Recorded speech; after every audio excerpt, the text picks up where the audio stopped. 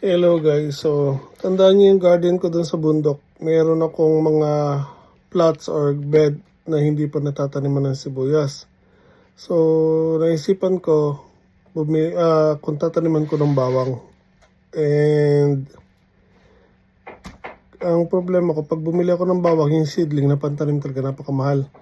So pumunta ako sa grocery. Ayan, may binili ako 5 balot. So ito yung mabibili mo sa grocery na worth 700 mahigit. Kung bibili ka ng pangtanim na na bawang, ilang piraso lang ang mahal actually. So try ko, bumili ako sa grocery. Ang inano ko lang kung sisibol o hindi. Pero luckily itong isa nakita ko, meron nang may mga sibol. So ibig sabihin, pwede siya. So tatry natin doon sibuyas, then sasamahan natin ng bawang. Hopefully, umobra.